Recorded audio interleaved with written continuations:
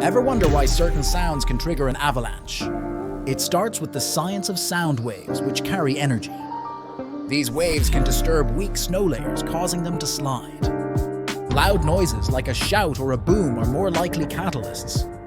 Certain frequencies resonate with snow's natural frequency, increasing risk. This leads to slab avalanches, the most common and dangerous type. Understanding these dynamics helps us predict and prevent avalanches.